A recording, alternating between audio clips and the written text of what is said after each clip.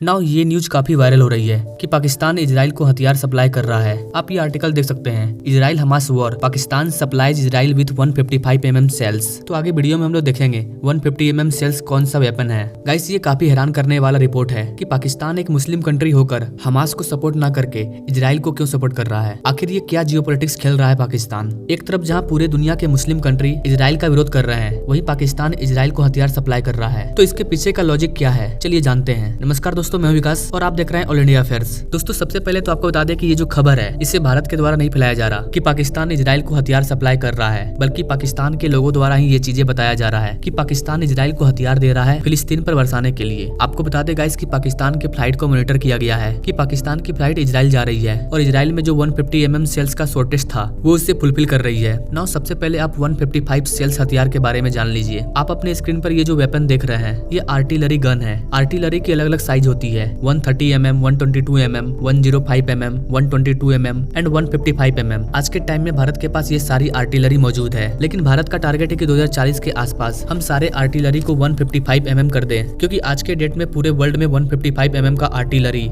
एक standard size बनता जा रहा है। तो भारत इसी टारगेट पर काम कर रहा है कि आर्टिलरी गन कैसा होता है, ये कैसे काम करता है, इसका क्या यूज है। अब सवाल ये आता है कि इजराइल जो कि भारत को भी हथियार सप्लाई करता है, उस इजराइल को पाकिस्तान 155 mm की आर्टिलरी गन क्यों प्रोवाइड कर रहा है। गाइस यहाँ पर सबसे बड़ा प्रॉब्लम ये था कि दुनिया भर में 155 mm की जो आर्टिलरी गन है वो शॉर्टेज हो चुकी है due to Russia Ukraine war, क्योंकि रशिया यूक्रेन वॉर को 2 साल तक पूरा होने वाला है और इस वॉर में भारी मात्रा में आर्टिलरी का यूज किया गया है। लेकिन अभी इजराइल को आर्टिलरी की जरूरत है, क्योंकि इजराइल अभी ग्राउंड ऑपरेशन कर रहा है हमास में। हमास के बंकर को, उसके सारे ठिकानों को इसी आर्टिलरी गन के मदद से डिस्ट्रॉय कर रहा है और इसीलिए इजराइल को अभी 155 mm की आर्टिलरी की जरूरत है। और खुद पाकिस्तानी रिपोर्टर के द्वारा बताया जा रहा है कि इजराइल की इस रिक्वायरमेंट को पाकिस्तान फुलफिल कर रहा है और बताया जा रहा है कि पाकिस्तान ऐसा वेस्टर्न कंट्री के कहने पर कर रहा है। आपको बता दें कि ये डायरेक्ट सप्लाई नहीं हो रहा है, बल्कि कई रूट से होते हुए इजराइल तक जा रहा है। यहाँ पर सबसे बड़ा सवाल ये आता है कि पाकिस्तान एक मुस्लिम कंट्री होकर हमास को सपोर्ट न करके इजराइल को सपोर्ट कर रहा है, जबकि कई मुस्लिम कंट्री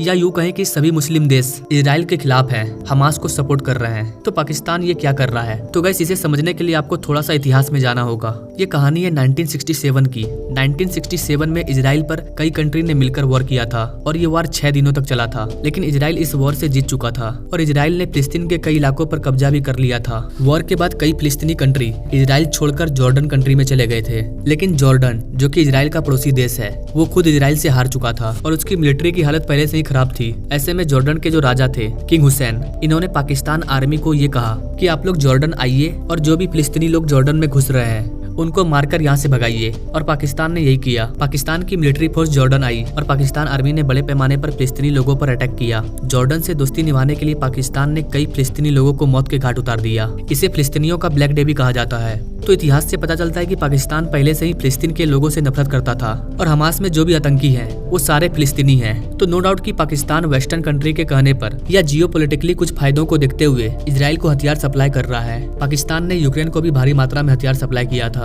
आई होप कि गाइस आप समझ पाए होंगे कि पाकिस्तान का ये जो सीक्रेट डील है इजराइल और पाकिस्तान के बीच में ये क्यों किया जा रहा है। जहाँ तक मुझे लगता है पाकिस्तान कंगाल हो चुका है और पाकिस्तान के पास अपने बचे हुए हथियार बेचने के अलावा और कोई दूसरा ऑप्शन नहीं है। पाकिस्तान को अपने देश को चलाने के लिए पैसे की जरूरत है और कोई भी बड़े कंट्री से लेकर वर्ल्ड बैंक तक कोई भी पाकिस्तान को पैसा नहीं देना चाहता, क्योंकि पाकिस्तान ऑलरेडी कर्ज में डूबा हुआ है और पाकिस्तान ने जो पहले कर्ज लिया था वो उसे भी चुकता नहीं कर पाया है। ऐसे में कोई भी पाकिस्तान को कर्ज नहीं देना चाहता, कोई भी कंपनी वहाँ पर अपना इन्वेस्ट नहीं करना चाहती। ऐसे में पाकिस्तान करे तो क्या करे। यही कारण है कि पाकिस्तान ने यूक्रेन में भी हथियार बेचा और अब पाकिस्तान इजराइल को भी हथियार सप्लाई कर रहा है। तो ऐसा थोड़ी है कि फ्री में कर रहा होगा, अच्छा खासा पैसा ले रहा होगा।